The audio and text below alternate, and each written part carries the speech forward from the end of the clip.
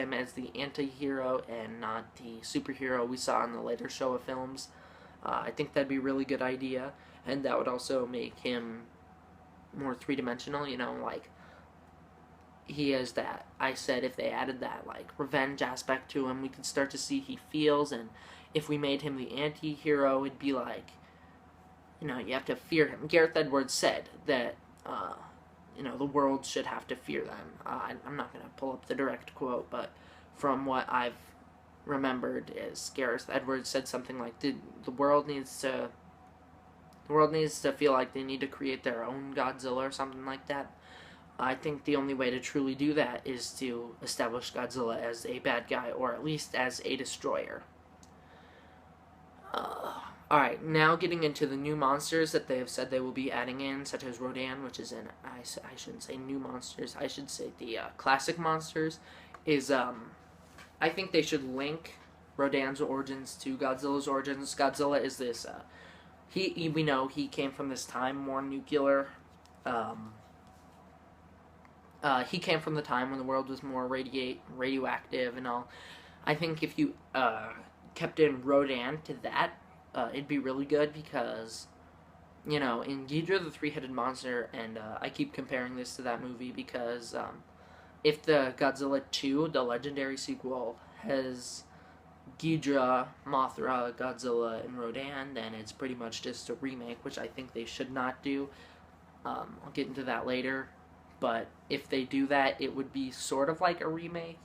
A little bit, not really, depending on how they do the story. But Rodan and Godzilla and Ghidorah competed for, you know what I mean, they competed for territory. That's what they were fighting about in the beginning, before Mothra convinced them to fight Ghidorah. They were trying to convince Godzilla, or before she tried to convince Godzilla, Godzilla and Rodan were fighting over territory, you know, who was going to be the top dog, and all that. Alright, I think, I really don't like Mothra in GMK because they didn't keep her origins all that mystical. She was a guardian monster, but I think that whole Infant Island thing that every other continuity has done with Mothra is way better. And I know I said keep it realistic earlier, but Mothra is kind of an odd one to do because there's no real way to do Mothra right if you're going to keep her realistic. So I think they need to add at least some sort of mystical element to her, but maybe they should keep it vague. That way it's not like in your face, this isn't at all realistic and all that.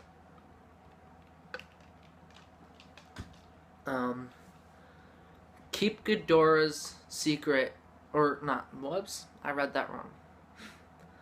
Alright. Keep Ghidorah's origins a secret, but hint at the space monster origins from the Showa era, or at least separate his origins from Godzilla and Rodan. Like I said, I didn't like Mothra in the GMK continuity because she was, you know, she wasn't all that mystical. She was not portrayed as, like, the loving nature goddess that she is in the Showa series, and I actually haven't seen the original Mothra or the Rebirth of Mothra 1. I own Rebirth of Mothra 2 and 3, but I've never seen the first one. So, I don't know a ton about Mothra. All I know is what I've gotten from the Godzilla movies, basically. But, anyways, I think Ghidorah needs to be separate from them. He is Godzilla's rival, so of course, whatever Godzilla is, if they make him the anti-hero, no matter what, Ghidorah's gonna have to be the bad guy. I hated Ghidorah in GMK because he was a good guy, and that should never, ever, ever, ever happen. Ghidorah and Godzilla, I get that they're supposed to be opposites, but I think that they just shouldn't have added Ghidorah in that movie for that reason, is that he would have to be a good guy, and that's not Ghidorah. I also don't like Ghidorah's origins in that movie as being the 1,000-year-old dragon. Sorry, voice crack. Because he's a monster of Earth, and that's not good to me. I don't like that. Godzilla. No, I don't know why I said that. Ghidorah in the Heisei era. I did not like his origins either, because Ghidorah, to me, will always be Monster Zero. That is the very first movie I ever saw Ghidorah in, and that's the one I grew up. I'm not all grown up either, but that's the one that I mainly grew up with him in. I got the Heisei movie where Godzilla vs. King Ghidorah not that long ago, and then I've always said GMK, but I guess just recently I started to understand what it was, and that he was the Guardian and he was an Earth monster and all that. I need to turn the fan on, so give me 1 second. It's really, really hot in here.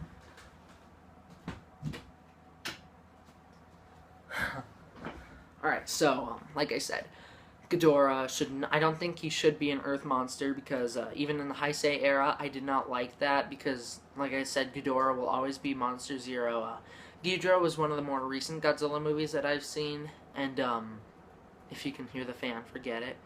Ghidorah was one of the more recent Godzilla movies that I bought, but because it was in the Showa era, and because it was the movie right before Monster Zero, which was the one I'm really familiar with, I forgave it. Like, whatever. I didn't. Why did I say I forgave it? Sorry, I'm just all over the place. I didn't forgive it. I loved it. I loved the fact that he was a space monster and that he destroyed planets, and I don't think they could necessarily do the planet destroying thing for Ghidorah, because, you know, they're trying to make it realistic, and there's still, all the planets are still there and all, whatever, you know. So they need to keep Ghidorah's origin. I think if they were to do it as space monster, they would have to do it, like, really vague, not just throw him in your face and then go, oh, he's from space. Like, maybe, I don't know, maybe there would be some way he comes down from space and starts attacking Earth. And maybe someone, I don't know, maybe the beginning of the movie is they're tracking this meteorite on a satellite, right? Like in Final Wars. And then when it gets to Earth, it's actually Ghidorah, and then Earth's monsters have to come to defend. I think they need to keep Mothra the good guy. Mothra needs to be that guardian. This is number 10. Mothra needs to be the good guy, the loving goddess, and all that. You know, it's going to be hard for them to recreate Mothra and have it work, but they can do it. Ghidorah needs to stay the bad guy no matter what. He needs to be opposite Godzilla, which I know I said Godzilla needs to be the bad guy, but Godzilla, like I said, Godzilla should be more of an anti-hero. He should still destroy things. Gamera destroyed things in the Heisei trilogy, and he was still the good guy.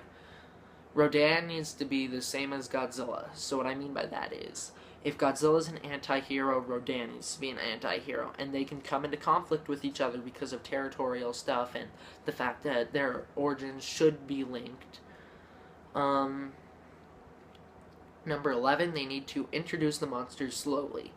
I don't think they should remake Ghidorah. I don't even think that they should add all 3 monsters maybe in the same movie, because then it could get a little packed, you know?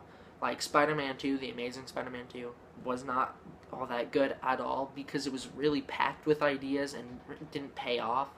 Godzilla 2, I don't think they should just slam all the monsters in your face and say, oh my god, and then give their origins, and then have Godzilla show up, because then the story becomes less about Godzilla and more about establishing these monsters. Ghidorah did not have that problem, because the only monster being established in that movie was Ghidorah. Mothra had her own movie before. Sorry if you saw that. Mothra had her own movie before, and so did Rodan. And so did Godzilla, even. Godzilla had Gojira, Mothra had Mothra, Rodan had Rodan. Ghidorah was the only new monster in that movie. But because they're introducing all these 3 monsters to this continuity, they're gonna have to do it slower, and you know, that could wind up having a Peter Jackson length movie, which, sorry to say, Peter Jackson, nobody wants. Or that could wind up to having a really packed movie that doesn't really explain a lot and is just in your face.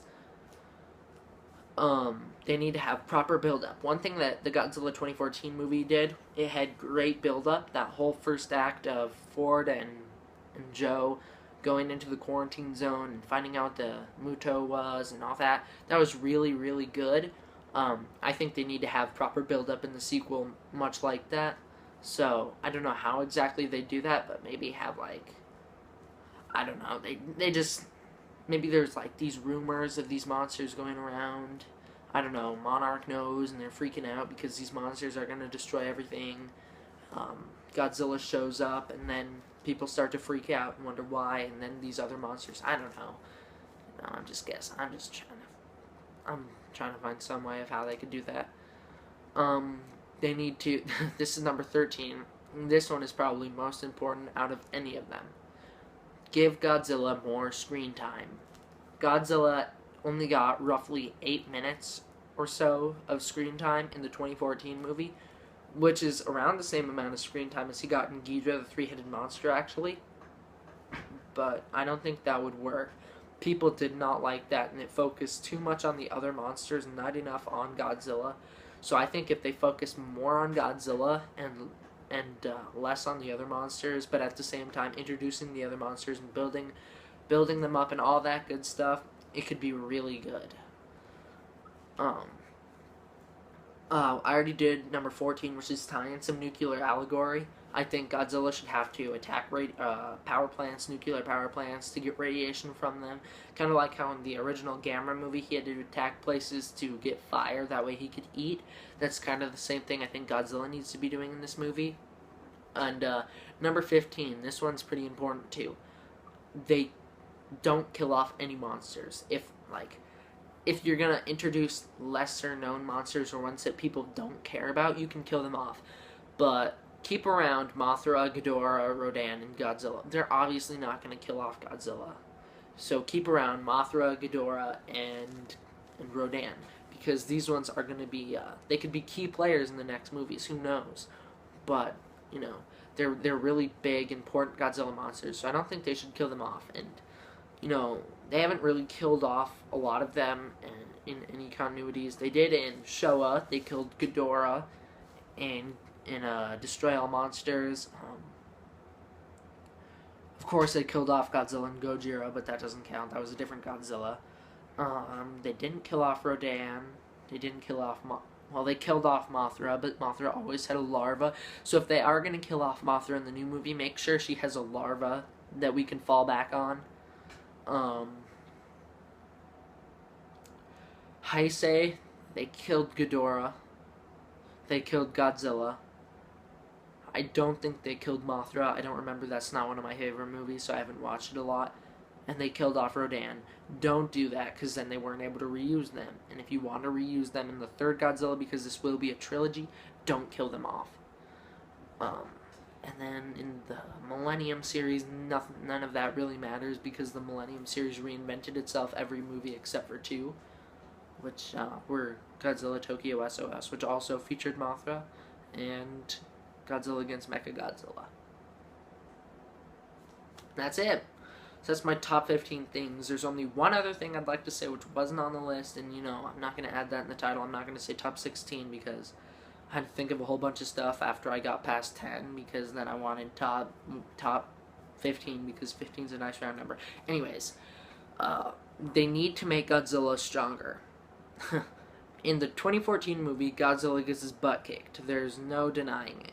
The Mutos win. And unless Ford Brody had blown up the Mutos' nest, the Mutos would have killed Godzilla. And that's all there is to it. Godzilla would be dead, and the Mutos would take over the world, and everything would be over. But luckily for the convenience of Ford Brody blowing up the nest, when he did, the Mutos were distracted and left Godzilla behind. And that's how he's still around, and that's how he still killed them. Even though the Mutos still probably would have won had the female Muto not been separated from the male Muto trying to attack the people on the dock and get the nuke back. That's the only reason Godzilla was able to take the upper hand on the male Muto. That's the only reason he was able to sneak up on the female Muto, is because she was distracted. So if they make Godzilla strong, and Godzilla even passes out at the end of the movie and gets crushed by a building, so these are two things that when he gets crushed by the building, like, that's understandable. He's going to be knocked down for a bit. But at the end of the movie, he kind of just collapses out of tiredness and exhaustion and the fact that he just got his butt kicked. So they need to change that. Like, I get that this is supposed to be realistic. Godzilla